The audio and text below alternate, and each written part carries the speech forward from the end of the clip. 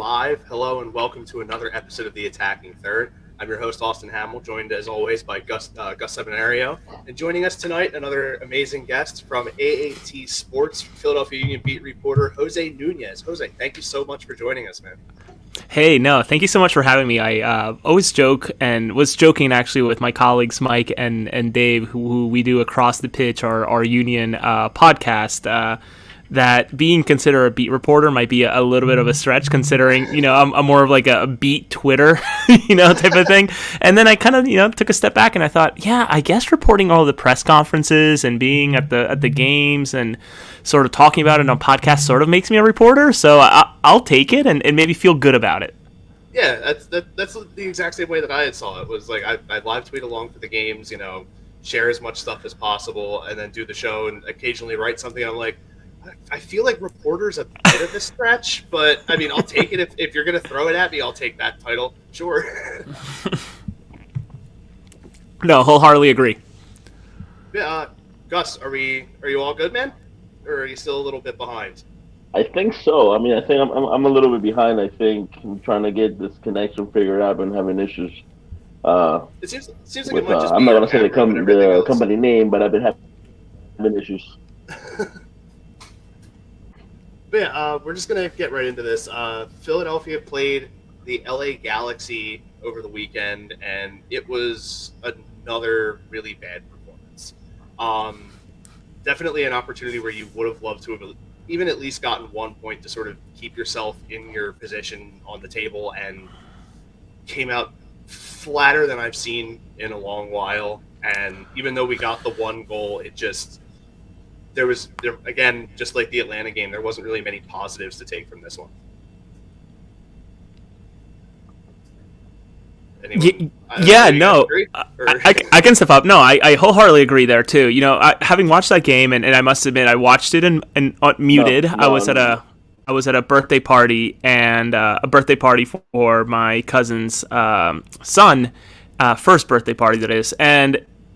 Man, what a performance. A weird one too, right? To get two back-to-back is so rare from this team. And, you mentioned the goal that honestly came out of just really poor defending from LA. I think it took maybe 4 passes to get from our end to their end, and Ricky Puig not really even defending to let Glesnes have that pocket of space at the top of the box to take a shot.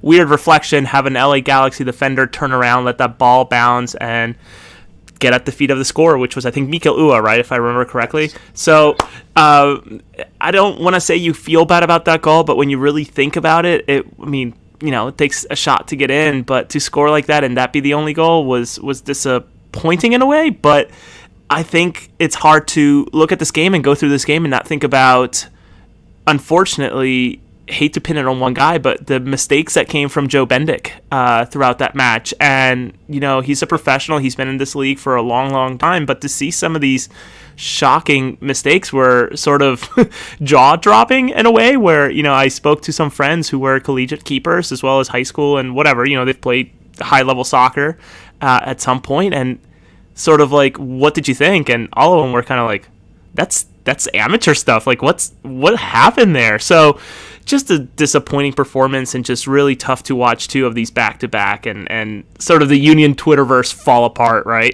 Yeah, it's been really strange to just watch, especially the socials sort of get to that point where, like, everyone's just like, wow, that was not great.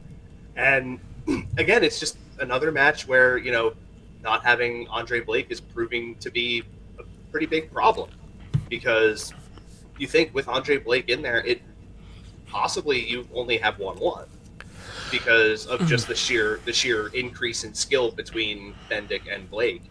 But overall, I mean, honestly, I don't think Blake could have done much to help if you really think about it, because of how poor the play outside of the goal was. Yeah, I mean, and Gustavo, sorry, I'm stepping in, but you can't help but to feel good about what Jamaica's doing right now with the Gold Cup, and really dominating, especially with the deluge of players that have come from the Premier League to suddenly want to represent Jamaica, with Gray and Mikel Antonio just being super interested suddenly to represent Jamaica, and you can't help but love it, especially when they've had players like Andre Blake and some other some other folks really, step up, especially Damian Lowe on our end as the second Union player in that squad.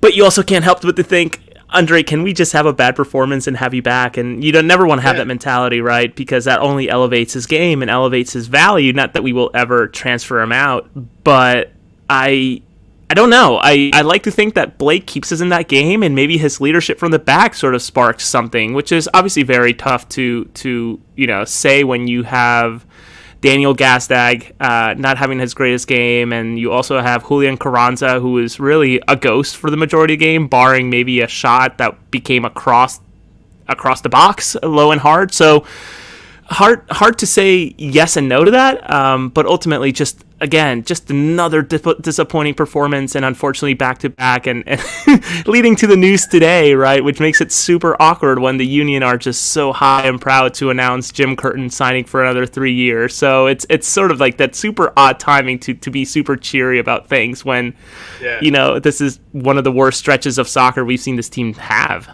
in, years. Yeah, in a very long time. It'll take a second, but Gus, do you have any thoughts? Oh.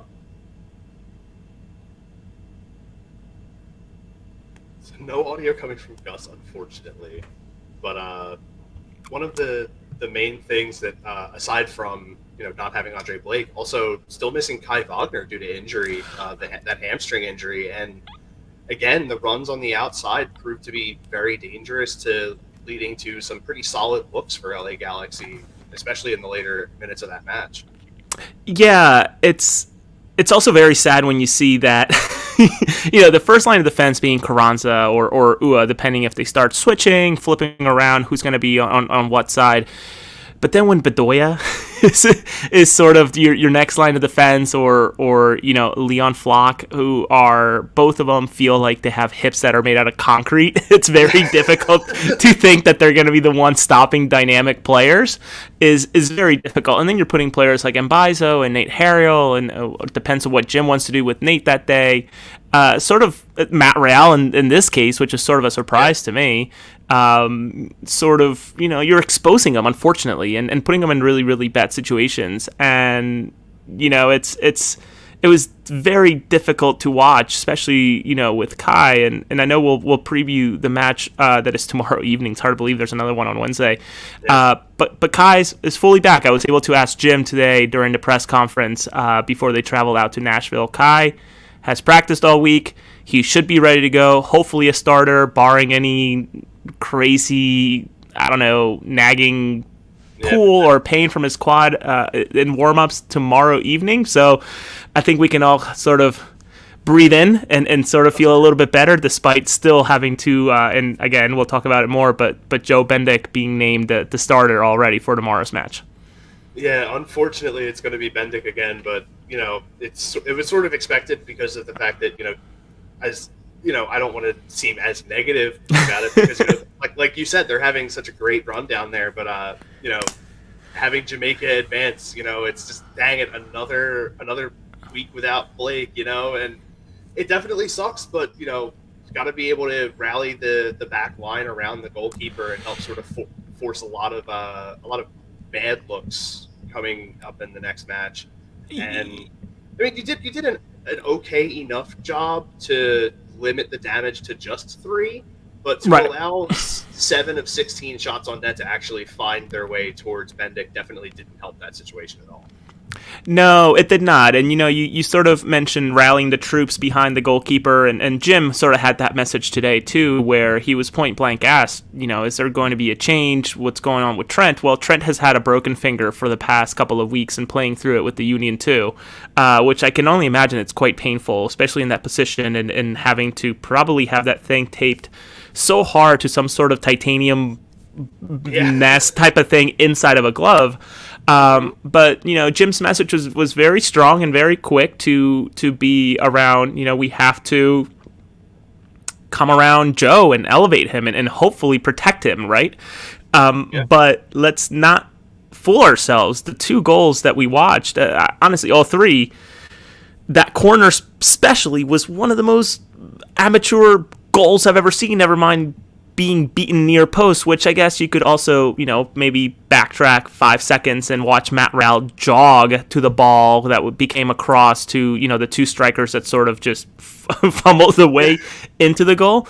But ultimately, I guess what I want to get across is, and I've been talking about this with Mike and Dave over at Across the Pitch, is, now that we have had half a season so far, and frankly more games than half a season because of our experience with the CCL, albeit unfortunately cut short, and even shorter with the US Open Cup, was it a great idea to keep 92% of the minutes from last year and only have one of the 3 additional bodies that we brought in really pan out, and that being Damian Lowe, who unfortunately is doing so well with Jamaica is sort of a question to think about, right? So yeah, we'll see. I personally, I'm maybe dumping $10 on Nashville winning, but we'll have to see how it goes. I would not be any happier if I was wrong.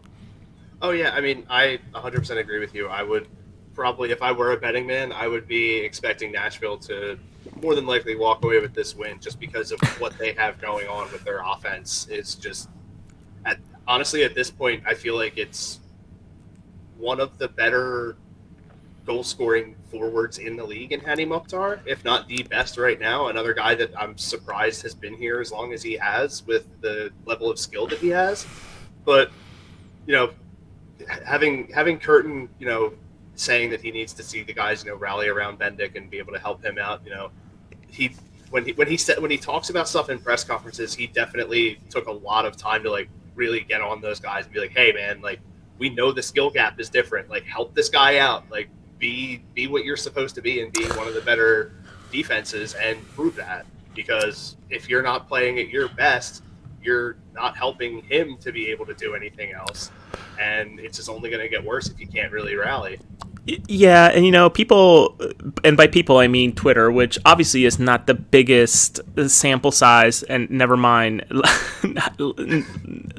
knowledge level of soccer to comprehend this.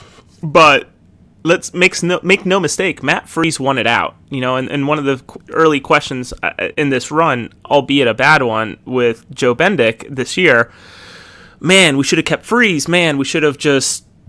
Do we have the receipts? Can we get him back? Can we buy him at a discount? Because obviously Matt Freese bet on himself in New York, or in his transfer to New York.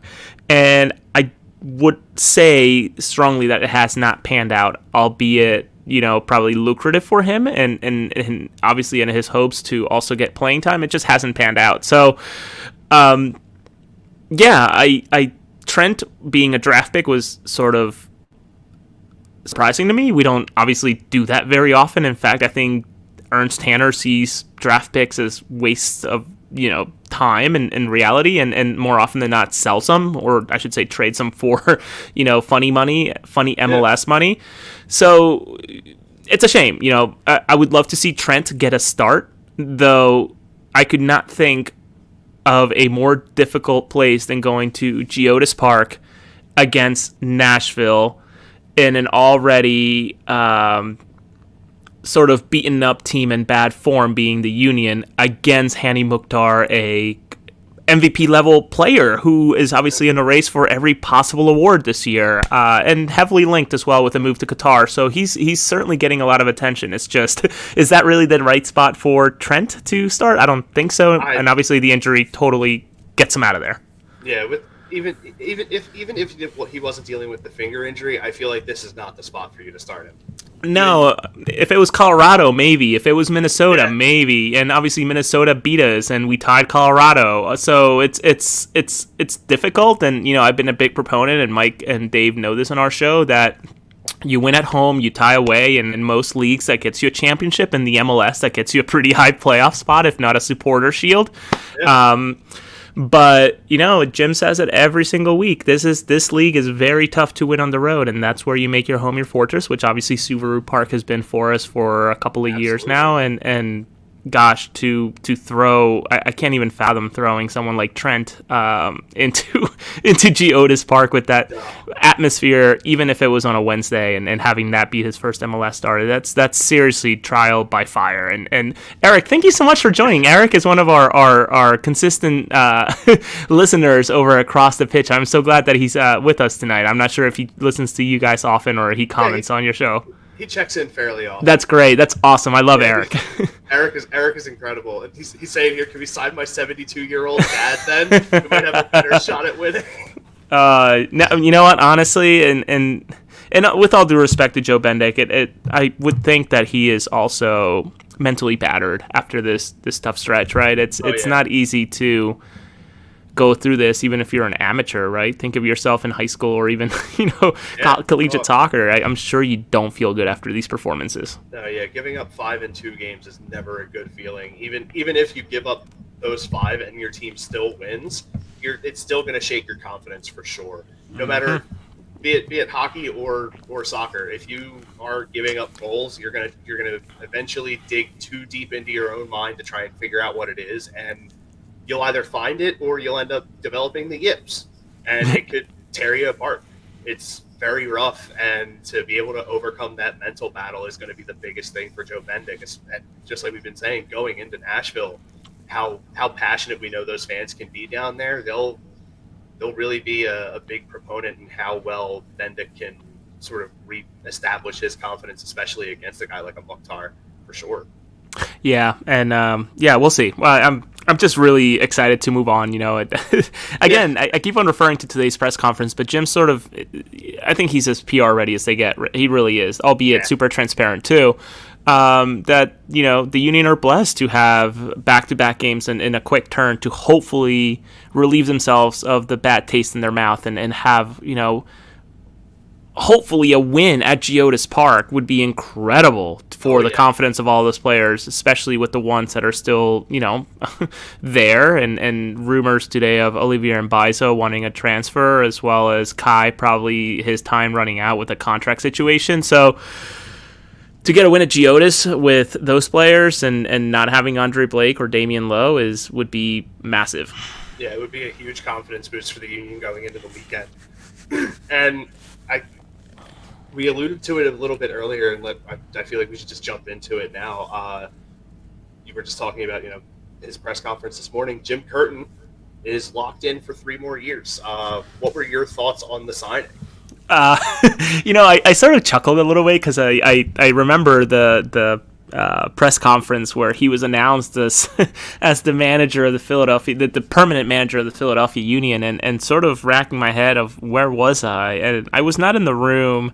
I was at Shippensburg University, sort of, just watching looking at pictures and hoping that video would come up and eventually would come up. But to think that one of the longest tenured coaches, second, I think, to Peter Vermees out in Kansas City, is Jim Curtin, and that announcement happened at a Chicky and Pete's with a Chicky and Pete's little cup in front of him full of French fries. It's sort of hilarious when you really think about it, and one of the most Philadelphia things possible. So it really is. In my opinion, I think this is a great signing. I just hope that we don't turn this into a Peter Vermees situation where we have seen this season that really turned sour very, very quickly with just a really, really poor run of games in terms of the entire season in reality.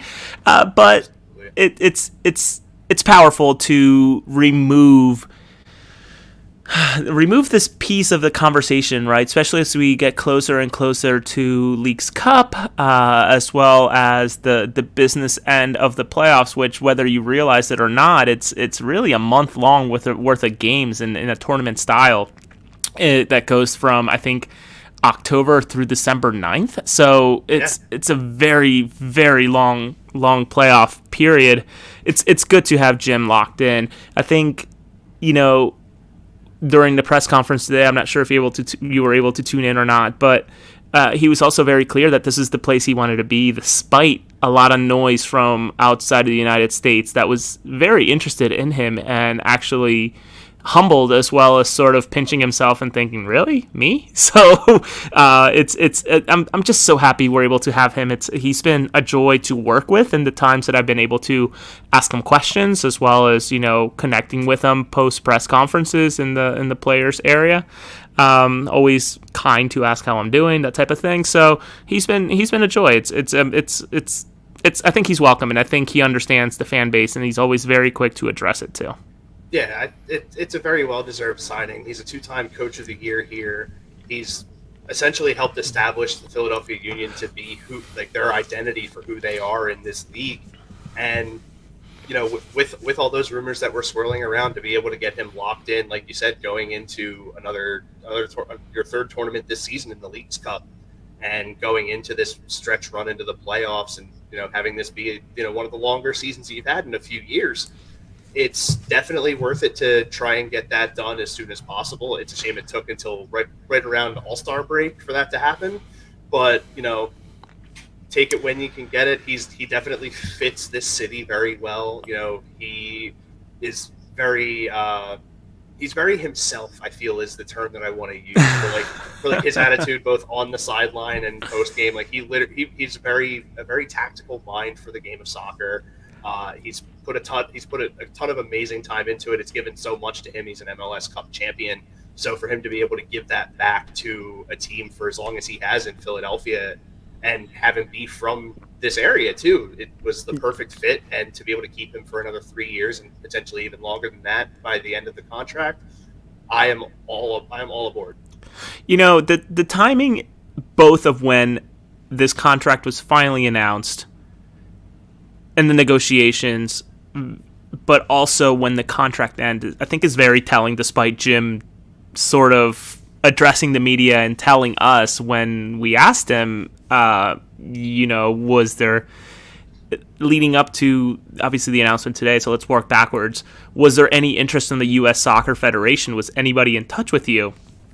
And he was very quick to say, no one from the Federation contacted me, which is sort of jaw-dropping when you think about one of the best MLS coaches available for the U.S., and no disrespect to BJ Callahan or Sinus alum, which is where I work, who's done great with the Gold Cup, and I forget the name of the competition right before it, but I think he's undefeated so far, which is awesome, having competed against Mexico and Canada now twice. Done an incredible job, but to be able to even poach Jim and him being open, I would have loved to have been an assistant in some level of this entire operation that is the U.S. national team, and he would have been humbled and very proud.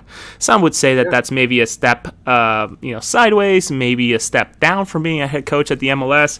You can't really scuff at the guy's pride for his country, but nonetheless, no one reached out to him. But let's think about when the contract ends, 2026, right? I wonder if that is sort of a let's wait and see what happens. Obviously, the run up to the World Cup in 2026 is nothing but a tryout for the Federation in terms of leadership of coaches as well as the pipeline, and players, really, because they're qualified as hosts, right? So there's no worry in having to qualify for the World Cup in any way, shape, or form. So that alleviates a lot of pain for both Mexico, Canada, and the U.S. So when it comes to CONCACAF, you, I think, have 2 or 3 more slots available that are going to be fought for very, very, especially with Jamaica this year getting this influx of players. And does Mikel Antonio play in 3 more years? I'm not sure. But nonetheless, Damari Gray and some other faces. But I think it's telling that Jim sort of was okay with that timeline and hopes that at some point in between there, he would be picked up to potentially join the U.S. Federation. And I think he would be very proud and very, very honored. I think that's the only move that he'd be willing to leave Philadelphia for. Yeah, Gus, we were just talking about the Jim Curtin signing. Any thoughts? Yeah, I heard lots. Like I was saying in the comment, I think it's laughable that he wasn't considered, mainly because I like him way more than Burkholster, like way more. I don't think he's doing these kids any favors, to be honest with you. He's doing an okay job, obviously. The U.S. soccer team as a whole has been a lot better in the last couple of years.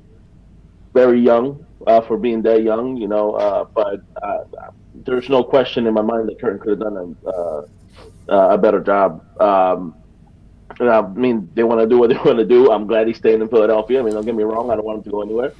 But it was just a big surprise to hear that he didn't even get a phone call. Like that's very surprising to me.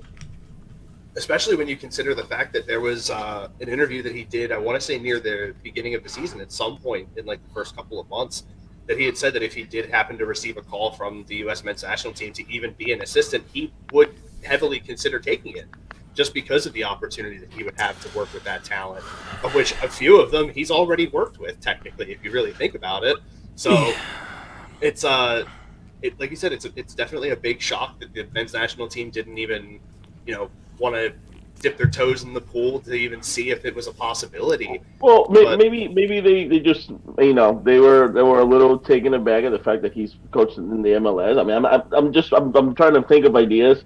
Yeah. Maybe they don't think he's ready for international soccer, which is, again, I think he's ready, and the best way to test that is to get him in there. But again, I'm glad he's in Philly. Yeah, and like you said, though, Jose, I mean, the contract ends in 2026. The World Cup's in 2026. Maybe there's something there. It's very possible. Who knows? Listen, I want to be super clear, right? I don't expect for the Federation, unless, honestly, the Federation could be, and some people like Eric, who mentioned earlier, could be just completely run poorly, right? It could just be a trash can on fire. But for any team that is qualified to the World Cup, especially as a host, to change their coach on the year of the tournament, it would be almost suicidal in a way, right? Because you think about the relationships that they have to build, you think about the pipeline that they're working on, especially leading into 4 years. Would I be happy if Jim joined on 2026 right before the World Cup? Absolutely. Do I wish that for him? No, because I want him to establish the players that he wants. I want him to build a relationship that he needs to hopefully be the most successful coach for this country in the biggest stage ever, especially at home. This team, the United States, and I know this is turning into U.S. soccer talk, but this team has an incredible opportunity not having to qualify, so you don't have to go through the Canadas and Mexicos of the world to qualify to represent CONCACAF, and to also host.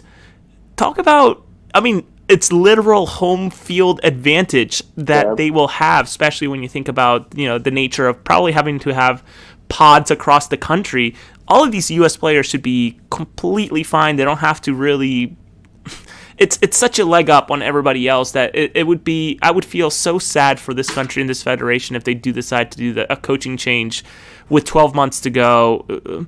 I would say 24 at the most to really let that develop, because you think about the number of games that they would need to sort of get through to feel comfortable, and to get a going away game against a no-name team that's probably not competing is just not going to be it. Never mind needing maybe 2 or 3 more to really have a good feel for what this structure of a national team manager is like, versus seeing your players every single week, not seeing your players once every 4 months.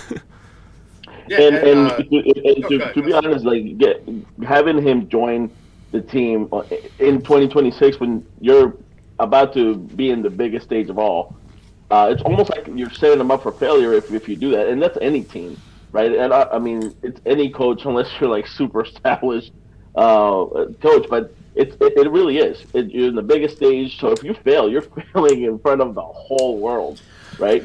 So you never want to do that, especially that close to when a tournament like that is starting. There are only, I would say, to your point, Gustavo, I think there's only 1 or 2 coaches, maybe 3, that I would imagine could probably pull something off like that, and only 2 or 3 federations that are actually built to have a turnkey style in terms of a player base, and that would be Brazil, Germany, and France, and coaches like Carlo Ancelotti, Pep Guardiola, and maybe, gosh, I don't know. It's very hard to come up with coaches that could actually just show up with a good player base, and that's obviously a huge hurdle, and just have a great tournament. I would imagine that's extremely difficult. So to have the U.S. pool base of players and throw Jim into it. Here, go win us a World Cup. I think it's a near impossible task. Oh, absolutely. Yeah. Absolutely. Especially because of this team is. I feel people forget how young this team is, right? So we're going to have the opportunity not only in 2026 to show the world what the U.S. Can be, but goes all the way to 2030. And these kids are going to be very well established by the time that World Cup comes around, right? Which I think, to Eric's point, I think I saw a comment earlier today saying that we run CONCACAF. At that time, we very well may be running CONCACAF. I mean, it's Mexico's right now is going nowhere. They just fired their coach. They're trying to put somebody there that can take the reins, but they really don't have a talent, right? And to your point earlier today, Brazil just happened to hire Ancelotti as their coach. So you can plug somebody like that in a team like Brazil because they're just pouring with talent. Like it almost. All your job is to just tell them what to do and where to be, right? But yeah, I don't think that's going to happen, and especially that close to the World Cup. But it would be fun to see him, once he's done with the Union, to see him go to the U.S. And maybe for 2030 to take him somewhere. That would be great. Yeah, it definitely would be fun to see. I don't know if many of you are late night people like I tend to be from time to time, but if you were up late over the weekend, you got to see the most CONCACAF of CONCACAF over the weekends. Yeah. With the U.S. and Canada going into penalty kicks, with the U.S. winning 3-2 to advance into the Gold Cup semifinals. Gus, did you happen to catch any of this? What were your thoughts on this, man? I did. It's almost hard to judge that kind of games. But one is CONCACAF, probably the most frustrating federation to watch. But it was just all over the place, man. Like the way Canada went up, and then the way we tied it up, like, it was like own goal. It's just you're right. It's such a CONCACAF way. And to win in penalties, I mean, good for us. But I'm kind of disappointed that we're looking at the B and C teams of every country in the Gold Cup. But that's what we have, and we definitely need to tighten some stuff up going into the semifinals. Look, it may have been the B and C team, but we brought the A team goalie, and that's what mattered. I don't like Matt Turner, dude. I'm sorry, I don't. He did good in the penalty kicks. Hey, dog. I don't like him in game. Like I don't like him at all. Hey, dog. It's a dog fight out there. I get it, and I guess right now he's our best option. Stefan would probably be the next one, but I can't believe we can't find somebody else. our other options, Sean Johnson, former NYCFC goalkeeper. So, I mean, honestly, this game, it was everything that you wanted from a tournament match, where it was literally two neighboring countries that weren't USA Mexico. It's not as heated of a rivalry, but it's still a pretty solid rivalry. And this was, in my opinion, probably one of the best matches that I've seen since. I mean, I can't really say since the previous cup, because this window of the past year of international soccer that we've gotten was insane. Like we had the USA Mexico 3-0, and then we had this. Like, these are two like completely opposite ends of the spectrum in terms of like how CONCACAF can be, and to get that in like a 6.5 month window was incredible. Well, there were also two very different teams though, against Mexico and against Canada this time. Oh yeah, totally. I just mean in terms of like the level of how CONCACAF can you get. Well, it was two totally different sides of that same scale. Like the weird calls from a ref that hasn't really done many CONCACAF matches to like what you saw with USA Mexico, where like the refs have done a ton, but like that just got out of hand really fast. And this one was like I actually just saw a video today, not too long before the show, I saw a video from inside of the tunnel as the players were coming off at halftime when all that pushing and shoving had happened down the field. So it only got it escalated again as they were trying to like go to each like, their own respective locker rooms, and I feel like could this potentially be the new USA Mexico? Is now USA Canada? I don't think it'll get to that point. There's something about US and Mexico that is just, I don't think any other country in CONCACAF can match that intensity. One, because Jose, you were saying that the US, it's a huge opportunity to have home field advantage, but against Mexico, a lot of the times, and depends on the city, it's not really home court advantage or home field advantage. There's a lot of times where there's a lot more Mexican fans than there are US. There's always going to be that rivalry there. Well, it depends on the ticket prices.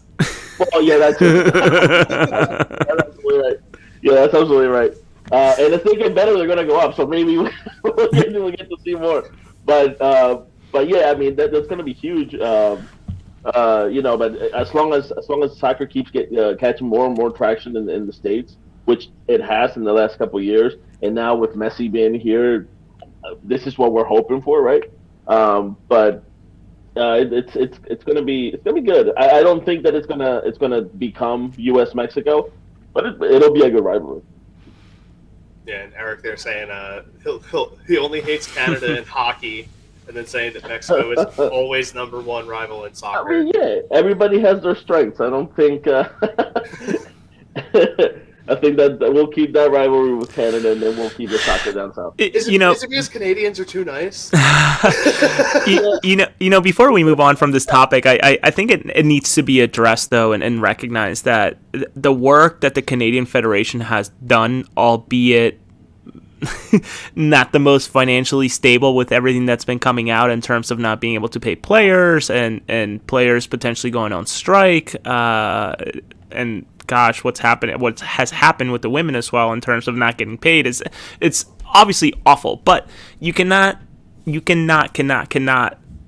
not tip your hat to that federation and turning that entire program around into really a contender in the CONCACAF, right? They ran everything the last couple of years when you really think about it, and just now the U.S. is sort of again creeping back up and obviously surpassed them in these last couple of games. But it was not too long ago that we watched Canada defeat the U.S. a couple of times. So I just want to quick tip of the hat, give them their roses, give them their flowers for what they've done, coming from being almost the laughing stock of the federation, of the continent, to now becoming a true contender when you're thinking about the three-horse race that is Mexico, U.S., and Canada now. So kudos to them for what they've done over the years in developing talent. And I think a lot of that has to do, again, with the growth of the MLS, players being attracted to the league and having better training facilities, being more eager to come to this league and move away from potentially the Canadian league and develop themselves here in the U.S., albeit with two teams that are Canadian in nature. Yeah, 100% well, agree. that and they have Alfonso Davies, so that helps. Yeah. That helps a lot, actually. Oh yeah. It really is. It really is incredible to see the turnaround that the Canadian Federation has made. Like you said, it's been a very tumultuous time for Canada in terms of soccer, and to see them be able to, find ways to be able to still essentially like rally behind their country and still put together an incredible team, put incredible effort out. And with the Women's World Cup coming up soon, they're only going to get more rowdy, and it's going to be really fun to see how Canada goes, because like you said, they were a laughingstock for a very long time, and they have been putting together some really good talent, getting those guys ready for these international competitions, and they've been putting together some really solid matches. And this match over the weekend was another point proven that they are a team to be on the lookout for as this World Cup cycle begins. Absolutely, but let me get it back to the Union real quick, because I do have a question for both of you. Mm-hmm. Do you think the Philadelphia Union are smacking themselves right now for giving up Matt Freese? Yeah, we actually talked about that for a second. And in full disclosure, my understanding is, and this is from a Jonathan Tannenwald report, that Matt Freese actually wanted out that he actually wanted to bet on himself to go to New York and try to earn himself more playing time. So to say that the Union are kicking themselves is sort of unfair in a way, especially when a player wants out. Yeah, you can't blame him. I mean, you're just not going to start over Andre Blake. That's just and you really can't blame him for wanting to get playing time. Going back to the game over the weekend, it's just you can't help but to think that if Blake's in between those in between that goal, it's just not, those aren't going to go in. And I understand, he's playing for the country. Things like this happen all the time. I was kind of rooting against Jamaica, but I'm glad that he's doing well with them. I for the life of me, I can't. And if you guys, if you mentioned this before, I was having some connection issues. But that game just frustrated me to no end. And especially because, in the last couple of games, the formations that Kurt has put out, even though I understand them, it's been a little questionable to me. I don't think Real should ever get a start. I mean, if we're being completely honest. He's an enigma, right? Because I think earlier in the season he had a chance. It was a home game. I forget who it was against. But he played extremely well. He probably the best performance I've ever watched him. Austin, I'm not sure if you have your computer running right now in a search bar, but I think it was the Kansas City match on the 1st of April, I believe. It might have been, but Matt Real had an incredible game, and at the press conference I asked Jim, can you elaborate on Matt's performance? Because it's rare to see him, right? I feel like he's been around the team forever, and he's been nothing more than a Bethlehem Steel when they existed, and a Philadelphia Union 2 player in all reality, sort of like the man playing with the boys in terms of, not just age, but experience of being on the bench so much with the Union. The men's Union, former, proper, I should say. So I don't know. He's such an enigma because he has such great games, but then he also has such bad ones, as Austin and I mentioned earlier. That one goal where he's not hauling, sorry to curse, but he's not hauling ass to get in front of the ball, and here comes this cross that finds one of the two strikers to be just sort of tapped in near post against Bendik. So, gosh, it's so hard to say that he doesn't deserve another performance or another start, but it's difficult when we have so many games to go through and having to somehow find a way to rotate. And again, going back to, was it a great idea to keep 92% of the minutes? I think we're starting to see the results of that. Yeah, definitely, and and that's the part about Real that I don't like though. He takes plays off. At times he kind of just like lags a little bit. Like I was lagging earlier today with my camera. That's how he plays to me. and to be a starter and for us to keep that consistency of this winning culture that we've established in the last couple of years, I don't think that's going to do the trick. I don't know why we don't. And then obviously this isn't the same position, but there's a number of players that I don't understand where we're not seeing, like Perea or Odada that we picked up over over the postseason, right? Like why? I want to ask Jim this myself. Like why are we not seeing these guys? Are they not liking them in practice? Like what? Why is it? What is it? I've gotten the chance to ask Jim at a press conference about Andres Perea, and his response was early on in the season, and it was more about, why haven't we seen more of Andres and more of Joaquin? And his answer, which whether you buy it or he sold it to you, it's up to you to decide, especially after having great CCL games for Andres. In a terrible field, coming on as a sub and I think scoring 2 goals, if I recall, sort of makes you wonder, like, shoot, why isn't this guy playing more?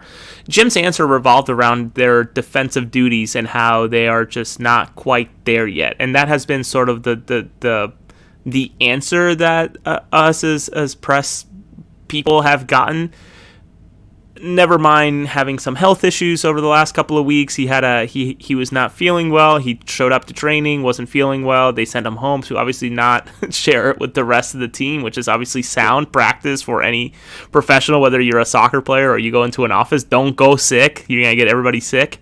But it's to me, it's hard to comprehend. Again, this year, one out of the 3 additions to this roster that I think we were all excited about because, shoot, we're finally getting MLS ready players to come in with Damian Lowe, Joaquin Torres, and Andres Perea. Only Damian Lowe has really panned out. I don't think that Joaquin Torres has really made the cut. And if you look at Perea, he's had minutes with Orlando. You'd think that he would be able to just slot in as a every other game type of player, but that doesn't even seem to be the opportunities that he's getting. So I grow as frustrated as you. I grow as frustrated as the next person, and I'm eager to, if we don't see him this weekend, let alone tomorrow, when you think about player rotation, especially with the run that we're in and just how dreadful we were on Saturday, I don't know what opportunity he's going to get outside of Leagues Cup, perhaps. But Jim has also stressed that Leagues Cup, they're going to take very seriously because you think about the financial responsibilities that they have. They need to find a way to qualify for the Champions Cup next year. And I don't know that MLS Cup is going to be it. I don't know that Supporters Shield's going to be it. So it really comes down to the Champions Cup. And I'm sorry, the Leagues Cup to get a spot in the Champions Cup. They're changing these damn names. I keep on confusing myself. So I don't know that it's Leagues Cup if he's so gun-ho on saying that, he's going to put in a full squad. So I'm so intrigued to hear what his answer is if we don't see Perea on Wednesday or Saturday. And I'm hoping we do. Honestly, I want to at least just see what he's got, right? I thought Torres was, or Austin, and Austin, you could probably elaborate on this. When Torres first came around, I think I said to Austin, man, Joaquin, he's going to be a crazy piece off the bench, and it really hasn't panned out. After the one game where he had the crazy move for the goal, for the Carranza goal, home opener. We really haven't seen much of him, and. I don't know. Maybe it was the lights and the Philadelphia crowd that got him the umph. But when I see inconsistency like that in a player, that's not something that changes overnight. Yeah, it's really he's gonna have to work at it. Yeah, for sure. And I bring this up now because I feel like poking the bear in Gus. Oh, Jesus. Jose, Gus always goes on a thing about how he feels Bedoya is eating up too many minutes. Would you agree or disagree?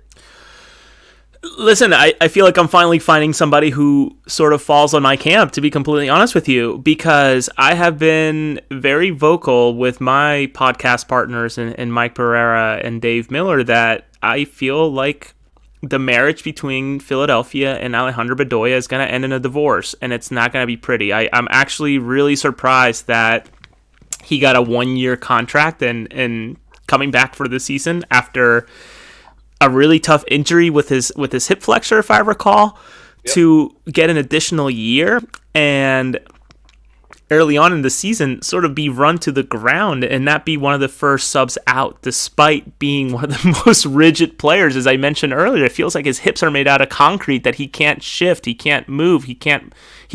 I mean, there was one play this weekend where he was the next line of defense, as I mentioned to you, Austin, after the player got past Carranza, that Ale squared up to him, and the guy just one quick fake and went right through him. And I'm thinking to myself, that's what I do in adult league as a 31, 32-year-old. So that's not acceptable. And I say this fully recognizing, and I should have started with this, the man has been incredible for our community in Philadelphia or Chester, whatever.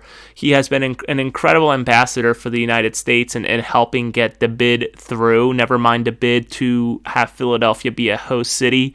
Whether you believe in gun control or you don't believe in gun control, he has been an advocate for people to voice their opinion in terms of change in their communities. And really you can't take that away from the man. So I should have started with that, but I also feel like after this year, I think he is going to be a great youth coach or an ambassador for the team, much like Brian Carroll was for a little while, if I recall, sort of involved in leading the next generation of players on. But I think the rest of the season is sort of mitigating and finding a way to finally separate ourselves from him.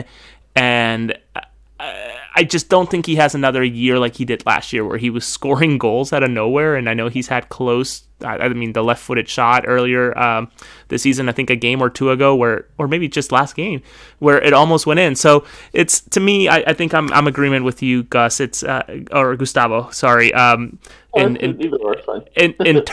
terms of Alejandro Bedoya, I when you have pieces like Jack McGlynn, who are incredible talents that, frankly, if I'm Jack McGlynn, I'm starting to think, shoot, why did I sign that contract?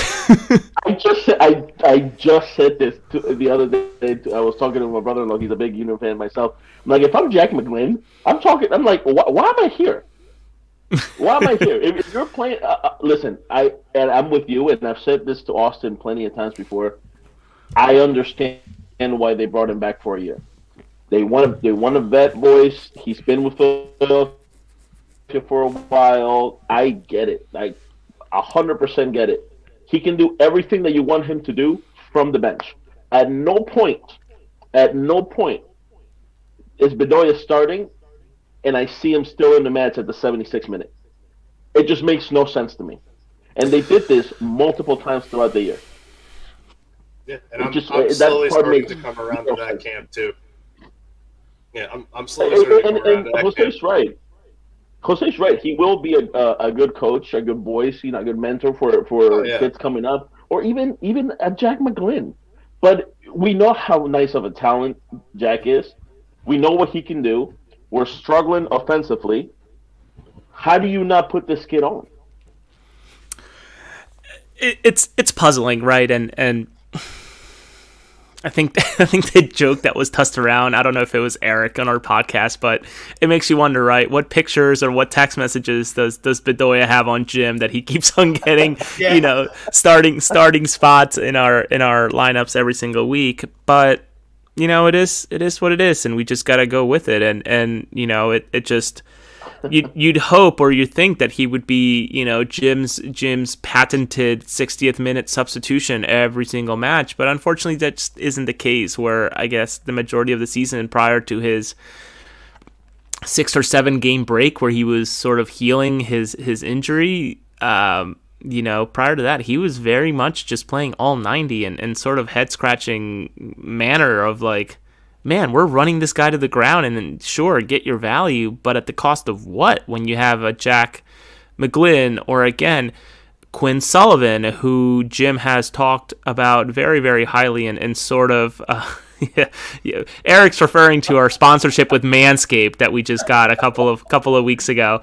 But Jim mentioned Quinn Sullivan as someone who could play the 10 or be more involved in the attacking end as maybe a winger, not so much as a striker, especially when you have a Carranza or Ua. So listen, I really hope that it all ends well, and if we win something with Bedoya here, outside of which I come from South America and learning not having tournament-based endings to a season, I don't know that the Supporters' Shield to me really means a whole lot. Never mind. Actually, that means a lot to me, I should say, because it's obviously best record. I was referring to an Eastern Conference Championship. To me, that doesn't mean anything. That's very much the American model. That I don't understand the celebration behind an Eastern Conference Championship. But alas, we got one. But if Bedoya was able to win a league tournament, whether it's the League's Cup or the actual MLS Cup, I could not be any happier. I think we all would take that and honestly eat a shoe while we're at it. Oh yeah, 100%. And I would take it, and I will do it on air if you want me to.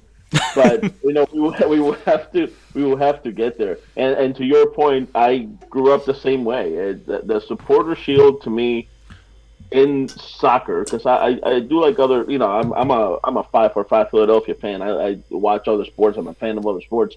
But when it comes to soccer, that is the most important to me, because that's how you win. In every other league that I've watched, I grew up in Peru. So Oh, I every single league that I've ever watched, it's been that. So that's I think we had a show around it a couple months ago, where they were saying that I was saying that the MLS Cup was created for the American fan yep.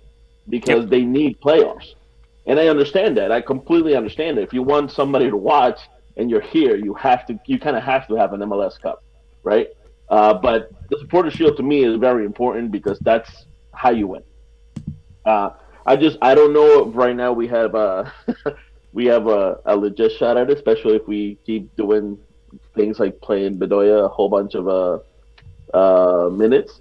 But but yeah, man, it's I'm hoping that we at least can do some damage in one of these cups. Yeah, totally agree. We are up against it, so I just wanted to get a quick little bit of a look ahead to the Nashville match because Wait, Austin, before we get into the next game, I go do ahead. want to bring. I don't know if you guys brought it up already. Please tell me if you already did, because I remember I had some connection issues. Per the Athletic, Mbazio has requested a trade. Yes, Jose did make You mention of did it mention while that, you were right? away. Yes. These visa issues, I'm telling you, it's only here. Yeah. That is completely nuts. I just wanted to say that. The old America is the only place where you can go. Hey, here's everything that you need. Can I live here? And they're like, maybe. And then you never hear anything again. Like, He's in the public. He's in. Not only that, he's in the public eye. Like, what do yeah, you think he's going to just get his family and run somewhere and never play soccer again? yeah, Come that's the on. plan. You'll find him hiding in an Seriously. underground bunker in Montana sometime. Listen, that's a different conversation, I guess. But when it's something like this, when it's something like you're Oh playing yeah. soccer and you're literally in the public eye, I don't know how much clearer you can get. And why wouldn't you have his family here? Like that's I I just don't doesn't I make don't any get sense it. to me.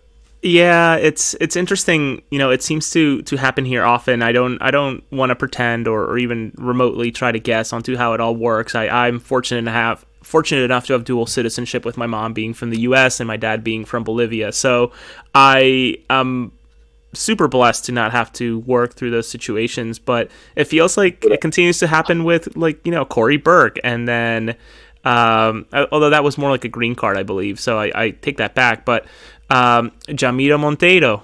There's a reason why he wanted out, right? It was revolving around his family, and rightfully so. As a parent of two, and I can't fathom being away from him for that long during a grueling soccer season, and go home to probably our teammate who's a roommate as well. But not seeing my wife and my children, that just wouldn't fly. So I can't blame them, and I know we're trying to move along, but it's I think it's beyond the Philadelphia Union though. You would think that there would be, with the resources that Jay Sugarman has, some sort of way to grease the wheels to make these things happen, and happen consistently. Though it seems like they happen everywhere else, but for us, and that's obviously a super anecdotal. So just wanted to point that out. Yeah, it is a real shame that that's going to be the reason why we lose Olivier Bizo is the fact that everything with not being able to have his family here it makes no sense. Like Gus said, it's a person that's in the public eye, and that's usually the main thing that you need for getting that kind of ability, and for it to be essentially fumbled as hard as it's been to essentially force a guy who does play international soccer as well to be like, well, looks like this isn't going to work out. It's a real shame. And I must admit, and this is me being cynical in a way too, so I apologize, but this feels like this is the most public situation that the union have run into when it comes to visas, because I think the Jamiro Monteiro situation was sort of behind the scenes and stuff slowly leaked out, but to have a proper report like this with sources out of Tom Bogert and The Athletic feels very, very purposeful in a way. So I wonder if this is a way to sort of bring attention to it. And again, I'm just sort of second guessing, reading between the lines, but total speculation. Yeah, it's really either way. It's very tough to have to deal with it, especially especially like you said, having it come out the way that it did was through the Athletic. It definitely is. I feel like it's going to be a way that a spotlight can be put on this kind of thing, and hopefully you'll see some sort of a resolution to these kinds of matters a lot sooner. Also hoping, as a fun little, not really fun, but as a segue, I guess you could say. I'm having fun. Hoping that Philadelphia can see a bit of a turnaround and get a win here coming up tomorrow night against Nashville, because boy oh boy, it's if we can't contain Hani Mukhtar, it is not going to be pretty. It really won't. I had this game circled like a couple weeks ago, and I told you I had this game circled because this is going to be the one that will put us in number 2, right? And a couple weeks ago, I was on that boat. I am no longer on that boat. No, because now if we win, we may move up to 5th. Right. So yeah, and it's still it's going to be a good game. Do I believe that we can beat Nashville? Yes. Not if we play like we did this last week. It's just not going to happen. Yeah, I always viewed this game as a tie is totally acceptable, right? I know, Austin, you and I sort of spoke about it, where it was totally okay for us to go to Geodis and walk away with a tie. We would be so happy, especially with the pieces that we're missing in our starting 11. But luckily, getting one back in terms of Kai, in terms of the last 2 games. But I don't know that the Union will do too well in containing Hani Mukhtar, considering what Ricky did to them out in LA, especially with a team like LA, right? And I know that oh man, I'm already sort of like thinking of the worst and how this game is going to go, because this really could be a 4-0 game if things don't click, and that would be very, very disappointing, especially with the fan base the way it is, not being used to anymore to losing 2 games in a row. Yeah, and especially when you think with how flat the offense has been, to be going up against guys in Nashville's defense like a Walker Zimmerman or a Dax McCarty, it's going to be really tough to be able to try and break through to be able to get good looks. And it's really going to be a war of attrition more on our end than it is on Nashville's, because Nashville is in, honestly, exactly where they're expected to be in terms of the Eastern Conference table as one of those top 3 teams, just from the performances that they have throughout any given season. So with Philadelphia, sort of waning right now, wanting to be able to get more going into Nashville to play Nashville SC is going to be a very tall task. Well, you also got to think about the yellow card situation. Both Bedoya and Martinez on yellow card trouble. They get a yellow this game, and having Hani sort of twist his hips a little bit. One bad tackle, and next thing you know, we don't have Martinez for New York. Gus, you'll be thrilled. We may not have Bedoya over the weekend, so there's that. But that obviously weighs on the back of your head, especially when you think about Jose and missing him against potentially a Keaton Parks out in Chester against New York. So just another piece to think about on 2 players that are walking on glass going into a home game that they so badly need to win. Absolutely. And 2 more questions, and then that's going to be it for this episode. Who is the player that you need to see get going for Philadelphia to maybe hopefully pull some sort of point from this match? I need to see Carranza come out of whatever the hell he's hiding. I need to see him get back to where he needs to be. I need to see him, and of course, a lot of it comes from the Gasak play, and I do understand that, but I need Carranza to just get back to where he's used to doing that scoring. On my end, I want to continue to see the evolution of Jose Martinez. I think he's been energized with both his goal and the birth of his child, but ultimately this new contract that he's gotten, right, where I think he is feeling a sense of freedom and in a way of like, hey, Jose, you can do this, right? You've scored a goal. You're defensively one of the best 6s, if not the best number 6 in the league right now. Continue to press forward. Continue to trust that someone like a Leon will slide back and protect you, cover you, etc. But it's tough to feel that way when we go on and put goose eggs up front. So I hope that Jose and folks like Gastag and really Ua as well find a way to just get themselves going, especially during this tough stretch. And honestly, if we're talking about the biggest reasons why the league is the way it is right now, and we're feeling and maybe going through some of this, and I know a lot of teams are also experiencing it, but the bad guy in all of this is the MLS schedulers, where every other league in the world would just pause during these tournaments. You don't see the Premier League or the Spanish League happen when there's a Euro tournament, right? Like everything pauses. Why can't we have the same? Oh, because Apple needs content. Great. Yeah. Yeah. Well, awesome. And you know what? There's gonna come a time where that pause is gonna equal better TV later, right? It's gonna equal more views later because you're seeing a fully rested team as opposed to just putting pieces together and then going out there and playing the game. That's gonna come with time, though. I mean, in comparison, the MLS, it's a teenager next to these other leagues, right? So I think that just with time we might get there.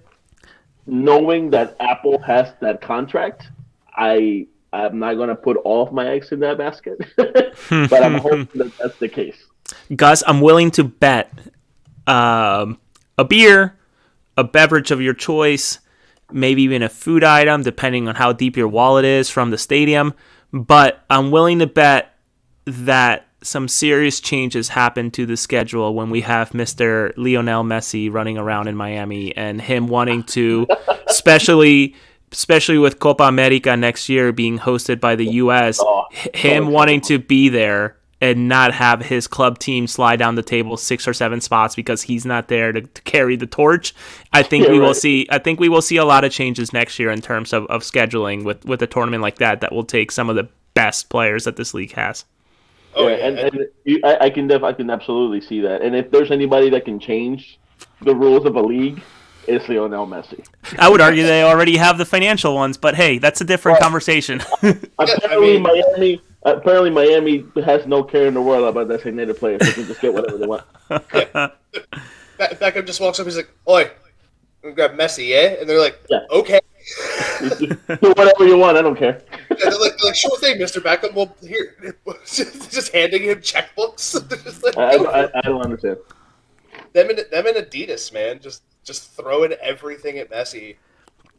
Yeah, listen, I'm a big believer that this is, at the end of it all, I'm as a business side mentality type of person, I'm really intrigued to see what was promised to Messi in the future. Obviously, the whole DP rule came from the Beckham experiment and changes of team build-up, et cetera, and obviously this is the next level. But I'm really eager to see obviously Messi's the catalyst to this league and maybe moving it to MLS 5.0 or whatever you think it is. Obviously one notch up with him. So I'm really intrigued, and you cannot help again but to give some credit to Jorge Mas and David Beckham and company out in Miami and getting this landmark of a signing. This is unbelievable, and ultimately, despite the headaches of feeling like other teams are playing with a different set of rules, you cannot help but to feel that this is a net positive for this league altogether. So I'm really, really excited to see this experiment unfold. Well, there's not one owner or ownership group in the MLS that did not want this move to happen, because it ultimately just everybody benefits from it, right? If Lionel Messi actually takes the league where it wants to go, everybody's going to benefit from it. Yeah, definitely. I've never seen Argentine press, and I listen to a lot of Spanish podcasts. I read a lot of Spanish news when I get a chance at work before starting work to keep that Spanish-speaking muscle in my brain going, because it's tough, especially in a household where I only speak Spanish to my child when I get a chance. So it's so interesting to hear Argentine press sort of break down how the MLS works in terms of like, this is the roster, this is what a DP is, this is what the playoffs are, they're a month long. Oh wait, they don't have just a winner with the most points. It's like mind-boggling to think that Argentines and Buenos Aires are sort of working through the mental gymnastics that the MLS has created. It's awesome. And it's not only Argentina; it's other parts of South America. Like you see that in Peru also. Like they're actually breaking down what a buddy of mine from over there hit me up the other day and was like, "I didn't know Philadelphia had a team." Like, yeah. Dude. Watch my podcast. He goes, "I don't speak English." I'm like, "Good point." But yeah, I just one more quick question for you guys before we get going. I mean, Jose, you already did give your prediction of it possibly being a 4-0, but what are your guys' predictions for this match? Gus, you can go first. I honestly, I'm going to hope for the best. I'm saying 2-2, and we leave at the 1 point. Oh.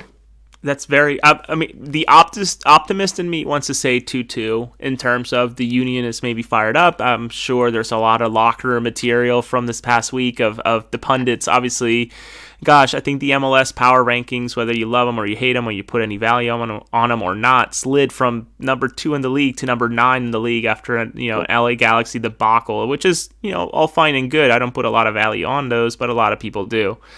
So I'm sure there's a lot of locker room material after those tough losses. But the optimist in me wants to say a 1-1 draw. And I would be thrilled. But in reality, I see this as a 3-1, maybe a 4-0 loss against a very, very strong Nashville team. And again, I hope that I'm able to watch this in 48 hours and think, man, you're an idiot. You're so wrong. Because I would love to walk out of there with a win. Yeah, I'm honestly right there with you, Jose. Like I don't really know. Like the optimist in me wants to see us walk away with one, but knowing how strong Nashville SC can be, I really feel like it's going to be 3-1 Nashville, and Mukhtar's going to get 2. Then we got Eric here checking in 3-2, and then giving up 2 goals. Accidentally gets the game winner. Oh, come on, man! Come on. Just Bedoya stumbles into, whoops, I win. Would love that. Yeah, that would be how he scores. Just so we're that would be how he scores. He just happens to be there, and the ball caroms and hits off of his foot, like he doesn't even actually kick it, and it just goes in. Do you know the own goal that Canada just had against the U.S.? That's gonna be. Yeah. It would be unbelievable. Well, gents, I know Austin, you're about to close the show, but I just want to say thank you so much for having me. Oh, it was an absolute honor. Absolutely. Look, Jose, thank you for joining us so much. But real fast, before we let you go, I want to read off these quick sponsors real fast to you and the people, guys. My man David Archeri Esquire. Work compensation, medical, vehicle accidents, personal injury, criminal law. My man David Archeri Esquire is the man to go see. With any of those problems going on, hit him up today at 610-565-0300. This game has been sold out for Philly Sports Trust. My man Vinny runs the whole shebang. Let them know. But listen, Philly Sports Trust, we don't just do baseball. We do football. We do union soccer. So we have a plenty. We do 5 for 5 here with Philly Sports Trust. Tell my man Vinny that EOP sent you. And, of course, guys, share Tickets Town. You guys looking to go to sports events, concerts, theaters. Listen, I'm a bad luck, so maybe it's you that's the good luck. So you guys want to go to a upcoming union game, go through Share Tickets Town, save 10% off by using a promo code EOP10. And tell them, look, www.sharetickets.com, family operated and owned since 1946. And, of course, our man Dolan's Bar, go down there, 24 East Sellers Avenue, Ridley Park. Go down there today. Music, games, great times, man. Go down to Dolan's Bar right there. And, again, tell them EOP sent you. But for all that, I want to say thank you to my man Jose Nunez. Thank you so much for hopping on with us, with me, Austin, Gus. This has been a pleasure. I want to say thank you personally, and I look to hang out with you again up in the press box at some point. So that's or one of those three will be down there as well. So or if not, our man Diego will be down there covering as well. So you get the lucky to see one of us four walking around. I appreciate it. I'll be over there. I'll be over there soon. We'll get to catch up. I'm glad to know you're Bolivian now. It's funny. We're kind of neighbors. It's fascinating. I always joke in my podcast with my guys that I may have the credentials, but I must admit my heart lies in my section. My season tickets are on 140, and I will always probably lean going towards 140 because that's where my shirt can come off, not so much at the press box. So I sort of find my way into 140 and then change into a nice shirt for the press conferences. So whether you see me in 140 or the press box, I look forward to meeting all of you. 134. How you doing? Hey. And our man Eric says he's 140 represent. So yeah, like I said, we're always down there. We're like, again, just like you guys across the pitch. Go check out my man Jose Nunez. Again, he's always at the game. He's always covering the game. Just like over here, we're always writing on Twitter. We're writing articles. We're covering the game. Something's going on with us three. So guys, I just want to say, like I said, Jose Nunez again. Guys, go check out Across the Pitch. And where can they find Across the Pitch? What days and all that stuff? Oh my gosh, we are on just about everything, whether it's on YouTube, which we go Monday nights, typically every single Monday night this week with the floods and the disaster that it caused to Verizon. I didn't have internet for maybe 15 hours, so I wasn't able to record on Monday, and we sort of skipped our first show and probably a year and change, so it kind of hurt. So we'll be probably recording something this week. But 8:45 on Mondays, Twitter, Facebook, YouTube channel.